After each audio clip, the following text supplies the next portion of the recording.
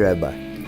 I'm having a fairly good day, but thought I'd do a little bit of a chat here. You'll have to excuse me if I'm not looking at the camera, because I'm looking for a couple things here to get set up for something. And I'll show you what I'm up to. The atheist carpenter is entertaining himself, I guess. Yeah, I am. Boy, oh boy, I'll tell you. Getting to be chilly winter. And now, where did I put that damn thing? Why did you make my life so hard?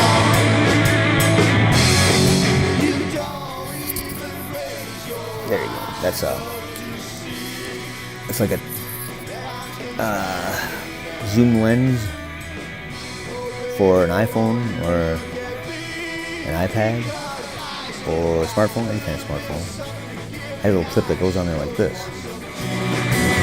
Why don't you follow me? Camera on my drone. I want to get that mounted onto there like that, so that I can take, zoom shots from up above. So far, thinking of just twisting that in there somehow like that. Not quite the same size. I almost screwed together, so I almost got lucky there. But the next shot that you'll see, I'm guessing, will be an aerial shot with the tele, with the zoom lens. Hello there.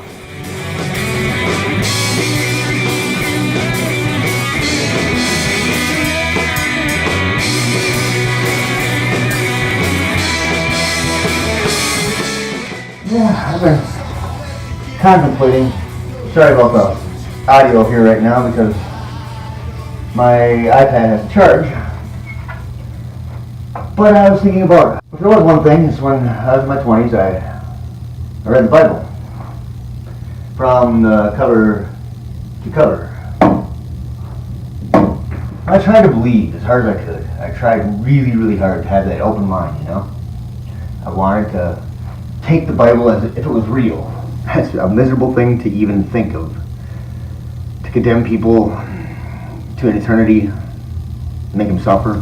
But what I found myself doing is, if you tried to pray about anything at all, I pray that I would be the one that would sit in hell forever, rather than anybody else. Like I'm worth anything, but it's like, that's what I said out loud to God. That's what I asked. But you know what? It made me see how dysfunctional this relationship is that people have with God. Basically, they're having conversations with their own mind if they are doing anything at all. I know what it's like to be having a conversation with my own head because I know who I am and he knows who I am. So, hey, we get along. That's all I have to say about it. And that may be the problem with theists, is they don't get along too well with the other guy. Obviously, they're sitting there talking about their moral conflicts, which doesn't make sense to me. Is that coming from your mind then? From God to your mind, and then to us to tell us what the law is? What morals are? I don't think it works that way, my mind. Not at all. Not even a little bit. Because it had to come from somebody's mind. These people that wrote it down, how do you know they weren't making the story up? How do you know the first stories weren't made up? How do you know they aren't passed down stories to help children? How do you know that didn't happen? Why do you think it didn't happen? We know it happened.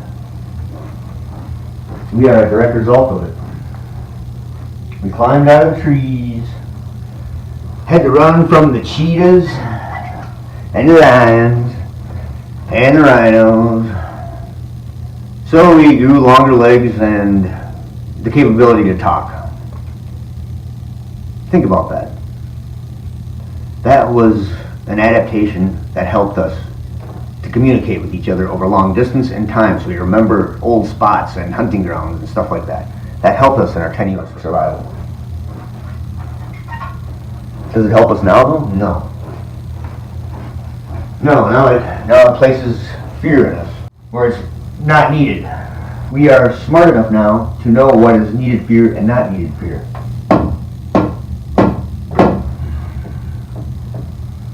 We're also curious, so that we want to know what is it that gives us this fear, and we want to know what that is, so that we can put the fear to rest.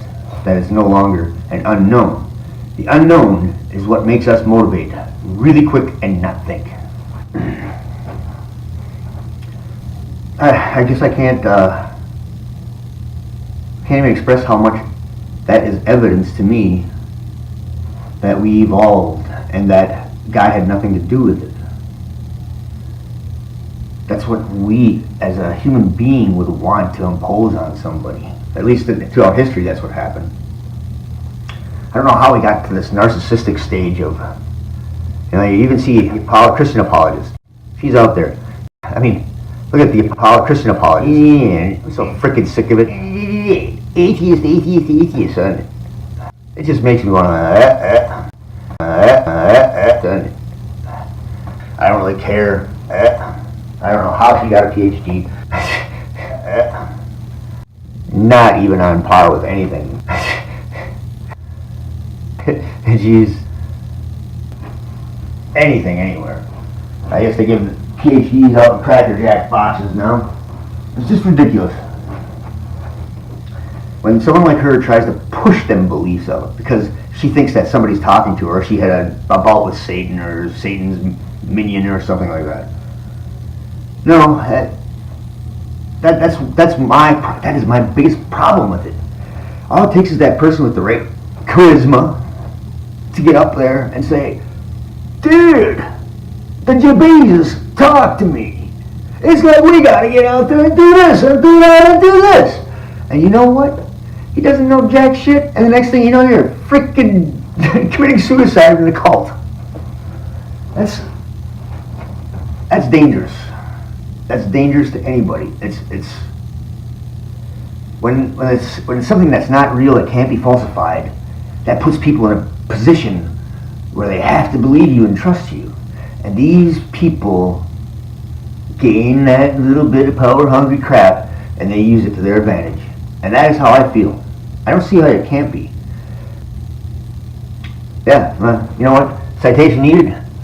Right here. Stupid thief.